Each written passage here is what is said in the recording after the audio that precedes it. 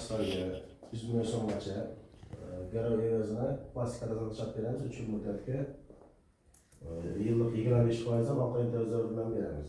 Agar yuridik tashkilot yoki tadbirkorlar bo'lsa 300 million so'mgacha beriladi garov evazini.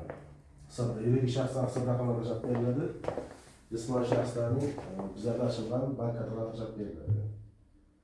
3 yil muddatga orqa imtiyozlar bilan yillik 25% stavkada beramiz. Yuridik shaxslarga 24% bo'ladi. Muddati shu 36 oy, orqa imtiyozlar bilan.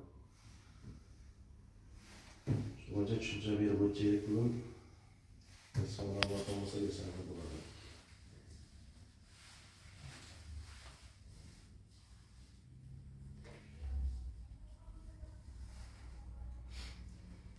Assalomu alaykum.